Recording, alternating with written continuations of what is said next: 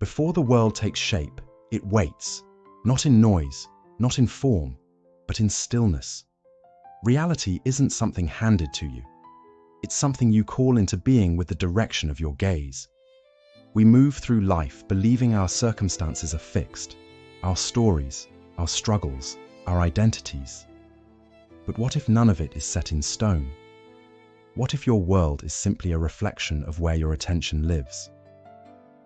The mind, when left untended, drifts outward, chasing noise, chasing people, chasing approval. And in that endless pursuit, we forget the one place we were meant to return to, ourselves. The more you search for validation out there, the more disconnected you become from the voice within. The more you try to fix the external, the more scattered your inner world becomes. But there is another way, a quieter path. One that begins the moment you stop reacting and start witnessing. Not to escape, but to remember. Because everything you've been looking for is already inside, waiting for you to turn inward. This is where your power begins. In this video, we'll explore how a single shift in attention can reshape your life. You'll discover powerful Buddhist insights, emotional clarity, and the quiet strength that comes from inner mastery. And stay until the end. There's a bonus lesson you won't want to miss. This isn't just theory. This is about coming home to yourself, reclaiming your focus, reclaiming your life. Before we begin, take a deep breath. And if these words resonate, let us know in the comments by typing, "My focus creates reality." And don't forget to subscribe to Deepest Wisdom, where every video opens a doorway to calm, clarity, and timeless insight you won't find anywhere else. 1. The quiet power of not chasing. There comes a moment, quiet, almost imperceptible, when the noise of chasing fades. And in that pause, something strange happens. The world softens. But most people never reach that silence. We've been conditioned to run, to chase love, success, timing, and approval, as if the life we long for is always just one step ahead. But the more we chase, the further it drifts, like fog dissolving as we reach for it, or water slipping through trembling fingers. This is the nature of clinging. The more tightly we grasp, the more reality pulls away, not to punish us, but to teach us. What we chase with desperation, we drive into the distance. What we hold too tightly, we break. Buddhist wisdom echoes this softly through time. That attachment is the root of suffering. And when the things we cling to disappear, we call it loss. But perhaps it's not loss at all. Perhaps it's the universe gently folding our hands back into stillness, whispering, "Return home." There is a story of a seeker who asked the Buddha, "Why does everything I love eventually leave me?" The Buddha replied, "Because your love is entangled in attachment, not illuminated by awareness. To chase is to believe you are not whole. It is to tell life, I am incomplete without this." But when you turn inward, when you begin to nurture the quiet flame within, something remarkable happens. Life begins to respond, not to your effort, but to your energy. This is the illusion of chasing, the belief that peace lives outside of you, waiting to be earned. But the truth is quieter. You do not call in peace by running toward it. You become peace. And in doing so, the world softens around you. So pause, take a breath, unclench your hands. Let go of all the stories that say you must fight, prove, or earn your worth. What would it feel like to simply be, without the pressure to change, fix, or chase? In that stillness, clarity arises. You were never broken, only distracted by the noise of wanting. Ask yourself, what am I holding on to that keeps slipping away? Why do I believe I must run to deserve love, or joy, or peace? Every time you abandon yourself in pursuit of something out there, the world reflects that emptiness back to you. But when you choose presence over pursuit, everything changes. You carry a quiet power that does not need to force or beg, because it already is. This is not detachment, nor indifference. In Buddhism, it is called non-attachment. an inner freedom that allows you to love deeply without gripping tightly. It is knowing that your presence is enough, that the world does not bow to your struggle, but to your stillness. And when you finally turn inward with full attention, life begins to shift. Not because you chase something down, but because your stillness became magnetic. You attract not by needing, but by being. You become a mirror of peace, and the world responds in kind. So remember, the world is your reflection. Heal the root and the image changes. Master the self and the world aligns. As the sky quiets and the sun slips beyond the edge of day, hold this close. You were never meant to chase the world. You were meant to awaken and let it come to you. Lesson 2. The mirror within you. There is a brief, golden space just before reaction takes hold, where silence is still possible. In that pause, before the anger, the defense, the flare of ego, there is a doorway, a moment where power lives quietly. The world may provoke, scream, insult, or misunderstand you. But the one who does not flinch, who breathes instead of burns, becomes the anchor in the storm. That is not weakness. That is mastery. Every time we react, we scatter pieces of ourselves into the world, like leaves caught in wind we did not choose. But when we turn inward instead of outward, when we witness the moment instead of becoming it, our energy returns to us. And slowly, quietly, life begins to shift. Not because the outer world changed, but because we did. We're taught to believe that control lies outside of us, in fixing others, in arguing louder, in shaping the world with force. But Buddhism teaches otherwise. The true source of influence lies within. Your inner state is what shapes your outer experience. Just as a still pond mirrors the sky without distortion, a still mind reflects life as it truly is. When the mind is turbulent, everything feels wrong. But a calm mind brings clarity, even in the midst of chaos. The world doesn't calm you.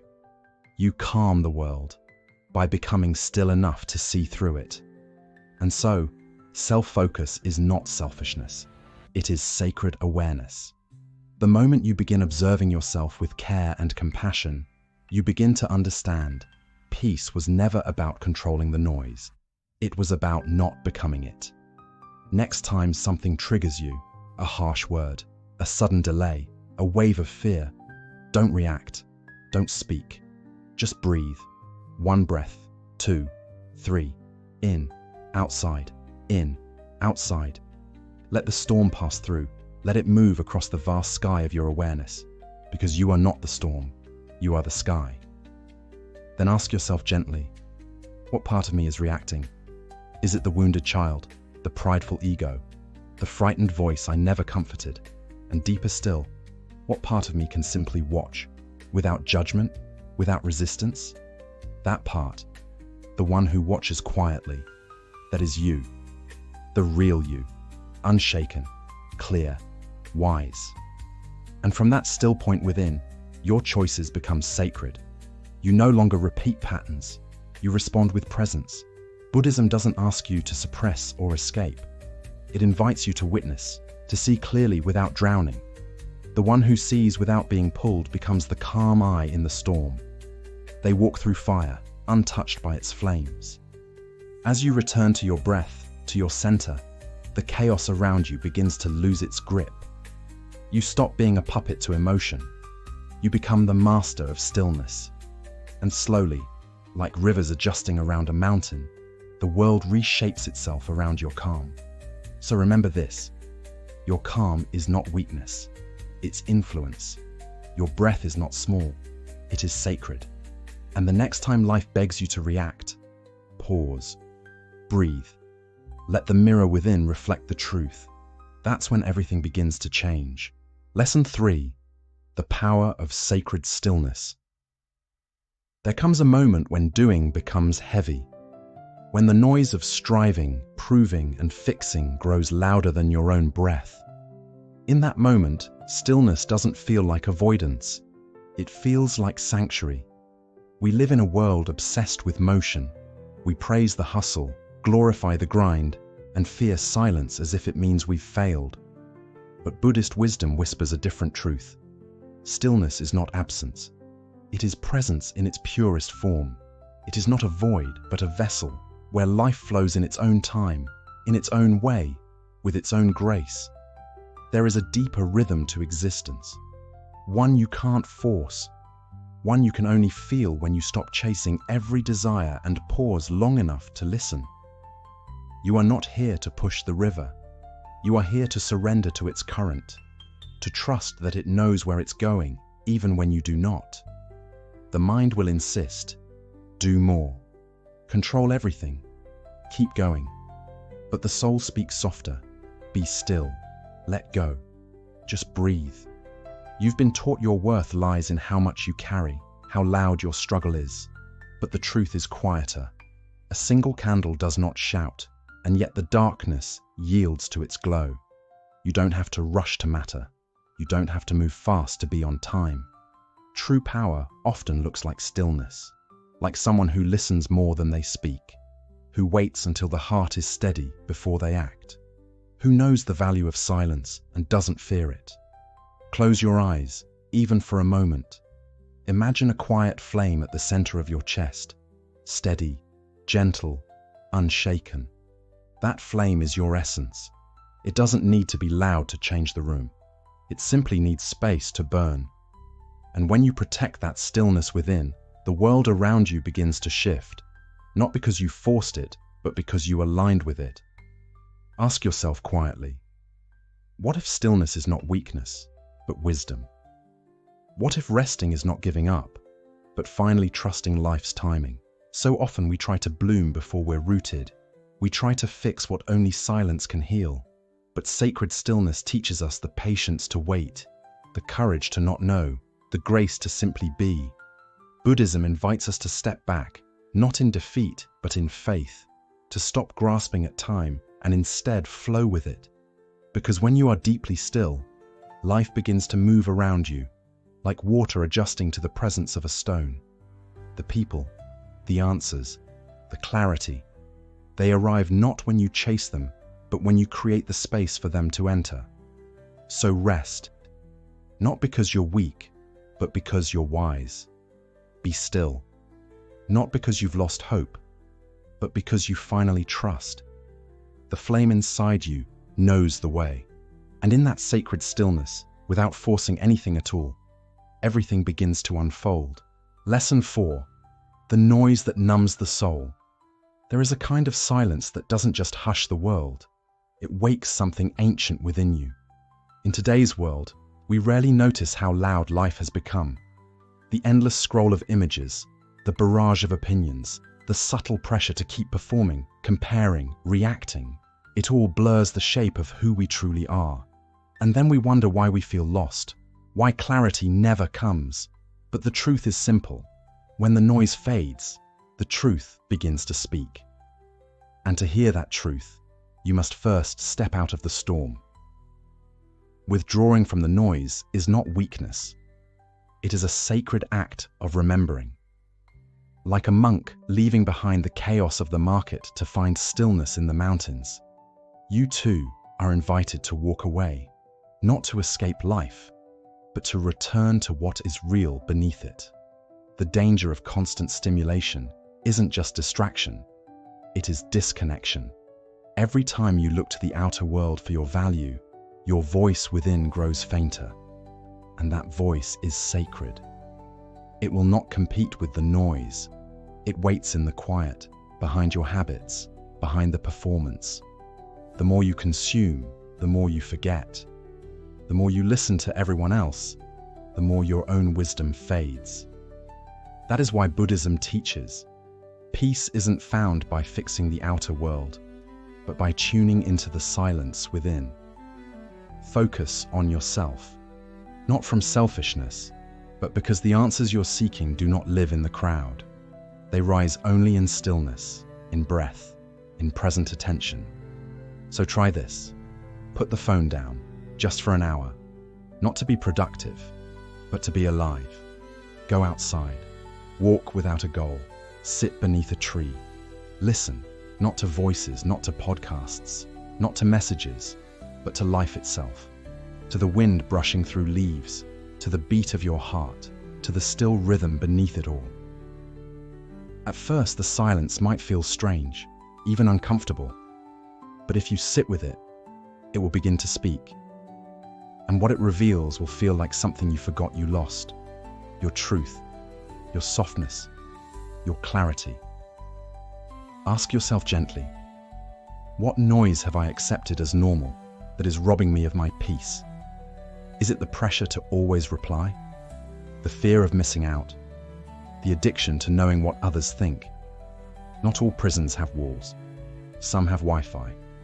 And freedom begins the moment you turn your gaze inward. Buddhist wisdom reminds us that clarity is not something we find. It is what remains when illusion fades. And illusion is loud. But truth is still. The world will always shout. It will always offer distractions, comparisons, and opinions. But your liberation won't come from silencing the world. It will come from choosing not to let it shape you. Be like the monk who climbs higher, not to run away, but to see with clear eyes.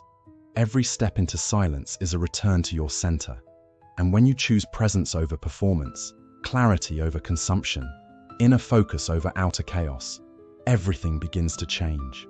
The world may still spin, but inside you, something quiet and eternal begins to rise. And that changes everything. Lesson 5. The power of solitary focus. There is a quiet revolution that begins the very moment you stop waiting. Waiting for someone to apologize. Waiting for the right moment, the perfect words, the world to understand you. But what if the healing you crave doesn't come from the outside at all?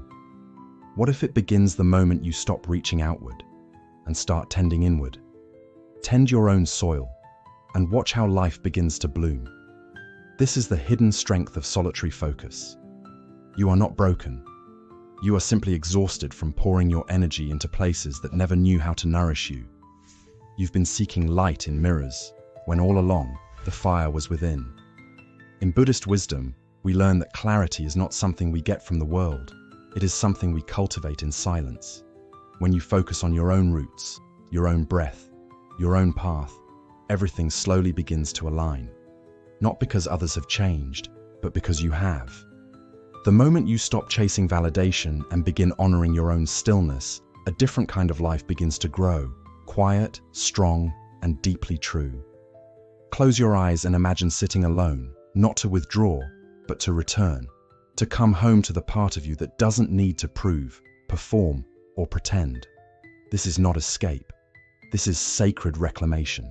The energy you once spent blaming, doubting, and explaining, let it now flow inward, toward healing, toward understanding, toward peace. In this stillness, the truth begins to surface. The wounds you hid, the fears you carried, the questions you buried beneath noise and distraction. You begin to see them, not with judgment, but with love. And in this gentle seeing, the healing begins, not with a grand event, but with small, soft awakenings. Take 10 minutes today, just 10, and write. Not for anyone else, not to be wise or profound. Write for the part of you that has been waiting to be heard. Ask yourself honestly, where am I hurting? Where am I healing? What have I been waiting for someone else to fix that I can begin to nurture within myself? That question alone holds power, because when you truly begin focusing inward, you no longer need to control the world to feel safe. You realize that peace was never outside. It was always in your presence, in your awareness, in your quiet return to yourself. This is not isolation. This is sacred restoration, a turning of your energy inward, not to hide from life, but to root deeper into it. And from this grounding, everything begins to shift. You stop needing to be rescued. You become the source. And as the evening settles into stillness, let this truth settle into your heart. The world does not change when others finally see you. The world changes when you finally see yourself. Lesson 6. The energy loop. You are far more powerful than you've ever been told, not because of what you can control, but because of what you choose to notice. In this life, energy follows attention. Wherever your awareness lingers, life begins to grow. Like sunlight filtering through a forest, your presence nourishes whatever it touches. But if your light is scattered across past wounds, future fears, the endless moods of others, nothing flourishes. Your power doesn't vanish. It simply disperses. This is the energy loop, a cycle that begins with a simple truth. What you feed grows. The thoughts you return to, the feelings you replay, the people you center your mind around, they become the architecture of your reality. To change your life, you don't need to force anything. You need only to reclaim your gaze. Imagine a magnifying glass beneath the sun. The light is always there, but it only ignites fire when focused. You are the same. Your clarity, your transformation, your breakthrough, they are not waiting in some distant future. They are waiting at the edge of your focus. Bring your energy back from where it's been stolen, from the scroll, the comparison, the overthinking, and return it to the only place it can truly change you, the present moment. Try it now. Visualize your attention like a beam of light stretched across the noise of the world. Then gently, lovingly, draw it inward, away from what others expect, away from what didn't work out, away from the ache to be understood. Let it settle on your breath. In, outside, in, outside. Feel how, in that quiet, your strength returns. This is not just mindfulness, this is power. Ask yourself gently, what have I been unconsciously watering with my energy? Am I feeding fear without realizing it? Am I pouring light into stories that no longer reflect who I am? Buddhist wisdom reminds us that suffering often arises not from reality itself, but from where we place our mind. Two people may walk the same path. One sees only thorns, the other sees wildflowers. The difference is not the road, it is the focus. Your mind is a lens, and it will either magnify your pain or magnify your peace. So let your gaze become intentional. Turn inward. Focus on your breath, your healing, your quiet becoming. Let the world spin if it must, but you walk slowly, with presence. The world doesn't need more scattered thoughts. It needs souls who know how to hold their attention like a sacred flame. That flame, when steady, warms everything it touches. And so, remember this, your attention is your life force. Guard it, gather it, guide it. When you focus on yourself, not from ego, but from reverence, you don't force the universe to respond, you invite it to align. Lesson 7. Releasing the false identity. We spend so much of our lives performing, smiling when we're breaking inside, nodding in silence when our heart wants to speak. We bend, shift, and reshape ourselves to fit the mold others expect, until one day we catch our reflection and no longer recognize the eyes staring back. We do it for love, for approval, to belong. But in that striving, we slowly begin to disappear. You wear masks to be accepted, and then suffocate beneath them. This is the quiet heartbreak so many carry, the pain of becoming someone they never chose, just to be enough for someone else. And yet beneath those layers, behind the roles and rehearsed smiles, a deeper truth waits patiently. Focusing on yourself isn't selfish, it's sacred. It's the beginning of the journey home, not to the image you've maintained, but to the soul you've long forgotten. In Buddhist philosophy, the self we defend so fiercely is not the true self. It's a bundle of stories, built from fear, shaped by praise, wrapped in rejection, and polished by survival. But your essence, that lives untouched, like a pearl hidden under years of dust, it waits quietly for you to remember. And yet, we shrink. We pretend to be pebbles, hoping not to stand out, hoping not to be seen too closely. But peace does not come from pretending. It rises from remembering. The moment you turn inward with gentleness, not judgment, the masks begin to loosen. And the real you, the one who's been whispering beneath the noise, begins to breathe again. You don't owe anyone an edited version of your soul. The flower never asks permission to bloom. The moon does not apologize for being whole one night and hidden the next. Likewise, you are not here to comfort other people's expectations. You are here to be real. This return begins with awareness. When you give your attention back to yourself, you start to notice what parts feel authentic and what was borrowed just to survive. Try this small act of rebellion today. Spend 1 quiet hour with yourself, not for anyone else. Don't post it. Don't prove it. Just be. Walk under the sky. Paint. Dance in your room. Lie down and breathe. Whatever reminds you that you exist beyond performance. In that space, listen. What awakens in you? What sighs in relief when no one is watching? Then ask gently, which masks am I ready to remove? Is it the mask of strength that hides your need for rest? The mask of cheerfulness that muffles your grief? The mask of success that buries your silent ache to slow down? Yes, taking them off may feel raw, but rawness is real. And in that realness, you begin to breathe again. That is the beginning of freedom. Buddhism teaches us that true liberation is an inner unfolding. And there is no deeper freedom than living from your authentic self, unmasked, unfiltered, and unafraid. When you focus on yourself with quiet honesty, your life begins to soften. You no longer react from who others expect you to be. You respond from who you truly are. So be still, be real, and remember this: you were never meant to impress the world. You were meant to express your soul.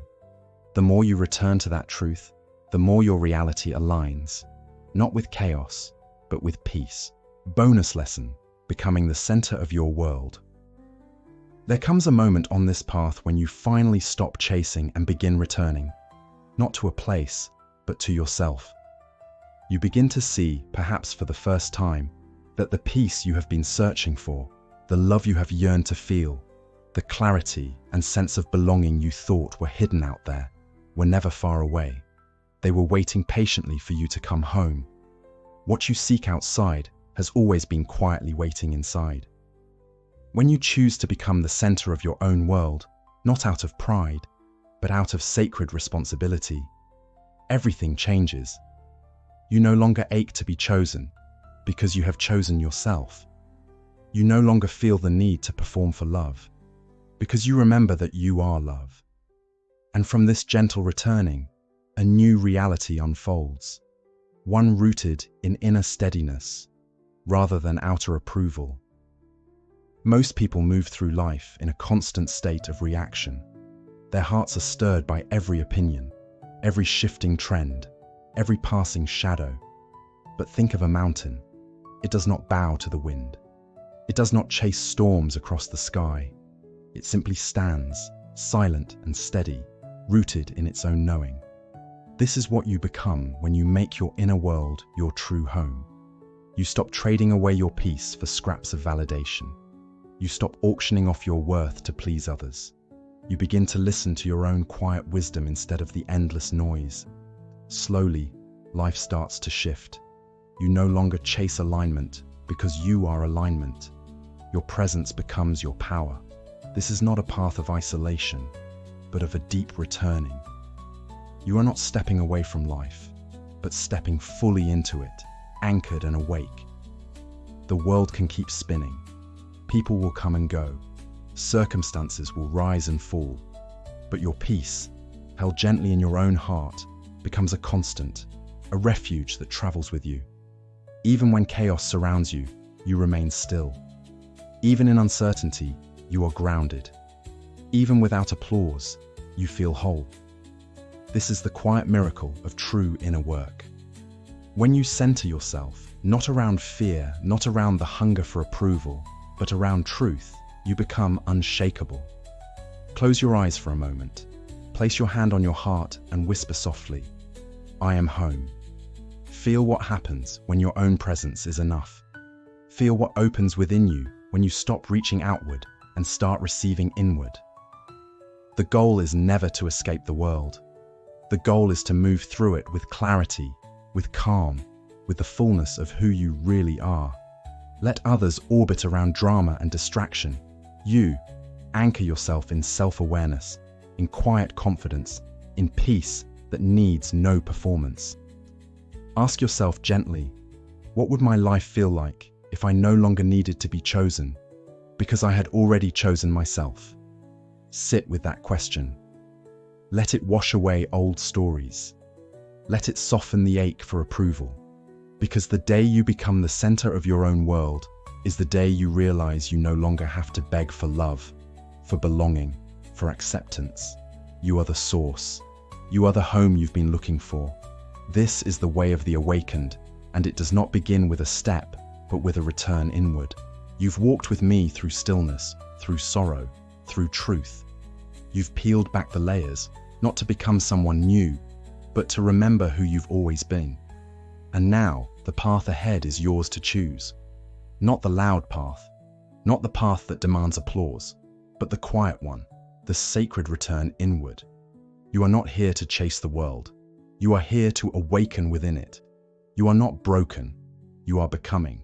You are not behind. You are arriving, right on time. So take a breath, let go of needing to prove anything, and instead begin to live from the center of your own soul. If this journey stirred something in you, leave a comment below. You don't need to say much, just write,